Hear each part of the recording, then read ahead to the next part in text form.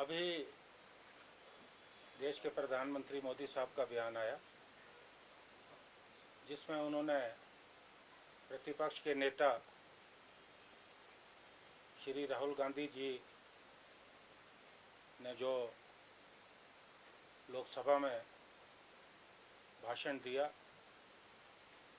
उस पे प्रतिक्रिया देते हुए कहा कि इट इज़ चाइल्डिश, कि ये बाल बुद्धि और ये हिंदुओं पर जो है टिप्पणी की गई। मुझे उनके और तमाम भारतीय जनता पार्टी के जो नेता हैं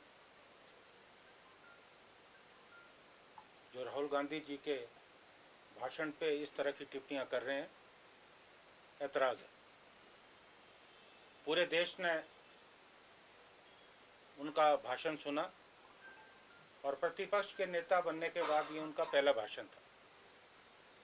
पूरे देश में लोगों ने उनके भाषण को पसंद किया और उन्होंने बड़ी बेबाकी से और बड़े आत्मविश्वास से अपनी बात जो है देश की जनता के सम्मुख रखी।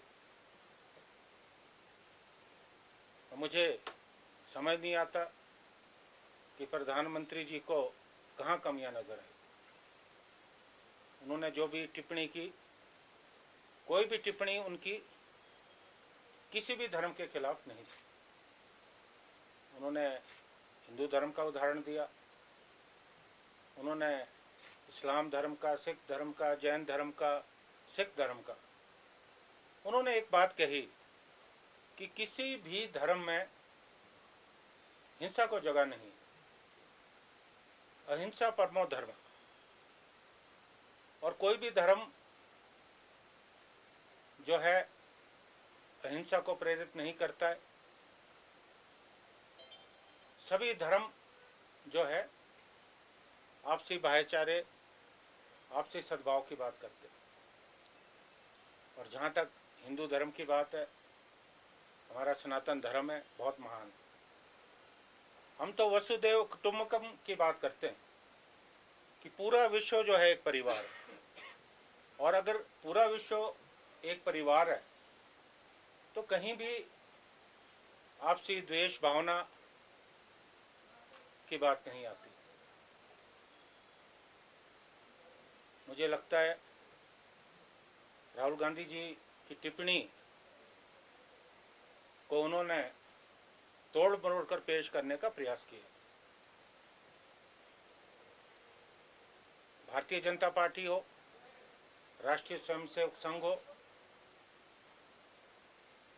कोई भी हिंदू धर्म के ठेकेदार नहीं। हिंदू धर्म एक संस्कृति जो आपसी सद्भाव भाईचारे में विश्वास रखता है, लेकिन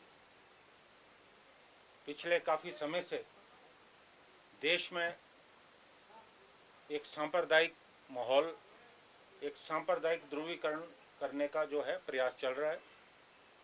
उस प्रयास को देश की जनता ने पसंद नहीं किया और 400 पार की बात करने वाली भारतीय जनता पार्टी आज सरकार चलाने के लिए अपने जो गठबंधन के सदस्य उन पर निर्भर है। और ये हताशा आप प्रधानमंत्री जी के चेहरे पे साफ तौर पे देख सकते हैं। उस सदन की कार्रवाई से निकाल दिया गया। ये भी गलत है, क्योंकि मैंने स्वयं पूरा भाषण देखा, कार्रवाई मैंने सुनी। जो दूसरे भारतीय जनता पार्टी के नेता हैं उनकी टिप्पणियां भी बड़ी आपत्तिजनक रही हैं। अनुराग ठाकुर जी का मैंने सुना, बड़ी आपत्तिजनक थी। लेकिन सदन की कार्रवाई से राहुल जी के भाषण को के कुछ अंश उनको निकालना अपने आप में एक अलोकतांत्रिक कदम। कांग्रेस पार्टी देश की एकता, अखंडता, धर्मनिरपेक्षता में विश्वास रखती है। इन्हीं सिद्धांतों के साथ हमने देश में आज़ादी की लड़ाई लड़ी। इन्हीं सिद्धांतों के साथ जब जब भी हमारी सरकारें रहीं, हमने देश को आगे ले गया, देश ने तरक्की की। और मुझे लगता है कि एक मजबूत विपक्ष की भूमिका देश की जनता देखने वाली। और जो पिछले 10 वर्षों में जो मनमर्जी चली रही, जो तानाशाही चली रही, आज प्रतिपक्ष की तरफ से मजबूत जवाब जो है सरकार को मिलने वाला है। और हमें विश्वास है कि राहुल गांधी जी ने जिस परिपक्वता के साथ मुद्दों को रखा है और आने वाले समय में देश में बढ़ती हुई महंगाई, बेरोजगारी, कानून व्यवस्था, भ्रष्टाचार अहम मुद्दे, इन पे वो मजबूती से अपना पक्ष जो है लोकसभा में रखेंगे। हैरान रह गया, आपकी जो परीक्षा प्रणाली है उससे आज देश की जनता का विश्वास उठता नजर आ रहा है। इस तरह के बहुत सारे मुद्दे हैं और मुझे लगता है कि आने वाले समय में इन मुद्दों को विपक्ष बड़ी मजबूत ढंग से रखेगा। और अगर देश में लोकतंत्र को मजबूत करना है, लोकतंत्र को जीवित रखना है, तो मुझे लगता है कि विपक्ष की आवाज़ में दम होना चाहिए। और राहुल गांधी जी एक प्रतिपक्ष के नेता के रूप में इस भूमिका को निभाएंगे, इस बात का मुझे पूरा विश्वास है। बहुत अच्छा सवाल पूछा है। मुझे भी काफ़ी बागवानों के फ़ोन आए।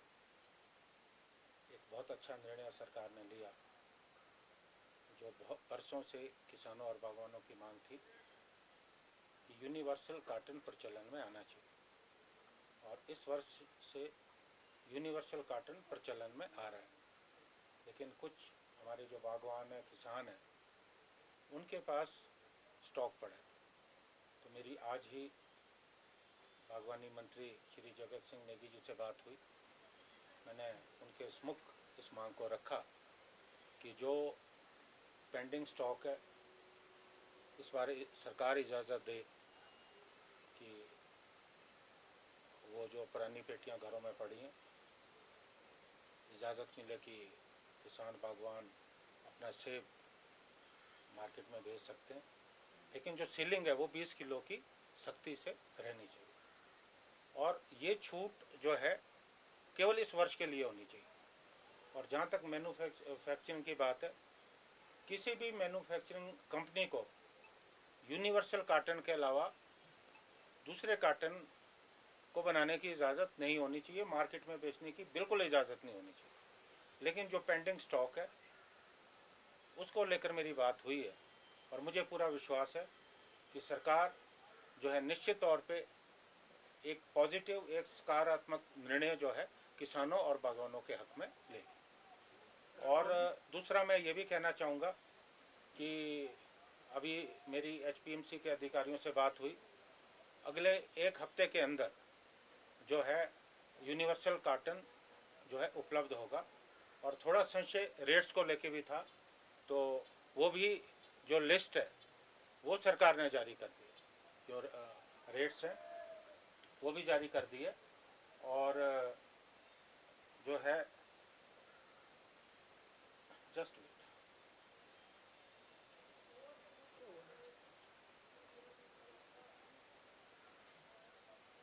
जारी हो चुकी है। और इसमें 7 तरह की अलग श्रेणियाँ हैं और जिसके अलग अलग रेट हैं और बड़े वाजिब रेट है। और ये जो रेट है ये 3 तारीख से एप्लीकेबल है और जल्दी ही 1 हफ्ते के अंदर मार्केट में यूनिवर्सल कार्टन जो है उपलब्ध होगा। और सभी सेंटरों पे जो है ये कार्टन जो है किसानों और बागवानों को मिलेगा। और एक मांग में आपके ज़रिए सरकार से भी, मेरी अधिकारियों से भी बात हुई है क्योंकि पिछले वर्ष का अनुभव हमारे सामने है। क्योंकि जिस तरह से मौसम की लगातार जो है प्रतिकूलता बनी है, ये साल गर्मी बहुत ज़्यादा पड़ी और पिछले वर्ष बरसात बहुत ज़्यादा थी।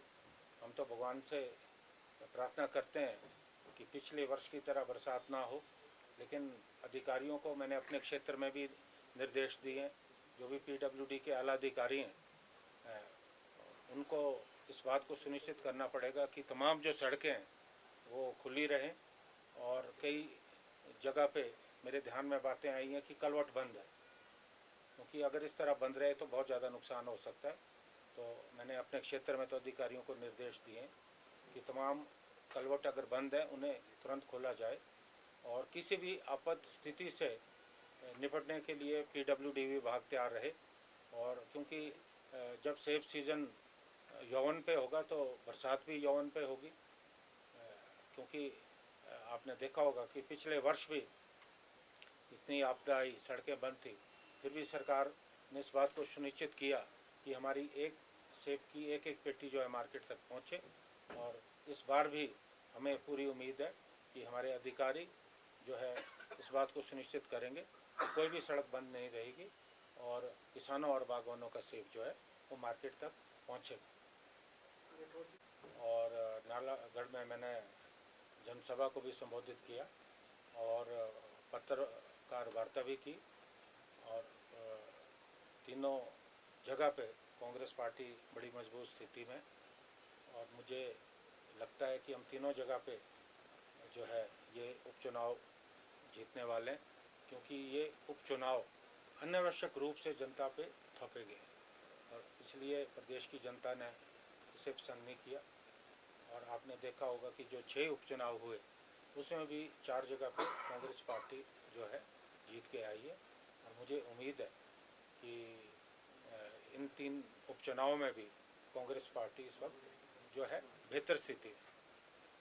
सवाल भी बड़ा वाजिब है, क्योंकि स्टोर पे कोल्ड स्टोर में सेब रखने का एक ही उद्देश्य होता है कि ऑफ सीज़न में उस सेब को जो है निकालें और मार्केट में बेचें ताकि किसानों और बागवानों को अच्छे दाम मिले। लेकिन पिछले वर्ष का अनुभव हमारा बहुत बुरा रहा। जिस तरह से विदेशों से जो अवैध रूप से सेब भारतवर्ष में आया और ख़ासकर अफ़गानिस्तान के रास्ते ईरान और तुर्की का सेब जो है देश में आया, उससे हमारे दाम बहुत ज़्यादा गिर गए और जो कोल्ड स्टोर में सेब रखा था वो औने पौने दामों में जो है बिका। और हमने पिछले वर्ष भी सरकार से मांग की थी, इस वर्ष भी हम केंद्र सरकार से ये मांग करते हैं कि अवैध रूप से जो सेब विदेशों से आ रहा है उस पर अंकुश लगाया जाए, क्योंकि इस मामले को हमने बार बार उठाया और पिछले विधानसभा सत्र में मैंने बड़ी प्रमुखता से इस मामले को विधानसभा में उठाया था। तो कुछ दिन के लिए तो जो विदेशों से सेब आ रहा है उस पर अंकुश लगा, लेकिन अब परिस्थितियां बदल गई। और दूसरी बात मैं ये भी कहना चाहूँगा कि किसानों और बागवानों की बहुत पहले से मांग थी कि आयात शुल्क जो है 100% होना चाहिए, लेकिन मुझे इस बात का दुख है कि पिछले वर्ष जो है 50% से घटा के 30% कर दिया गया, जिस कारण भी बाहर से बहुत ज़्यादा सेब आया और हमारे बागवानों को जो है सेब के उचित दाम नहीं मिल पाए। तो ये मांग भी हमारी केंद्र सरकार से रहेगी कि आयात शुल्क बढ़े और जो सेब अवैध रूप से विदेशों से यहाँ आ रहा है उस पर अंकुश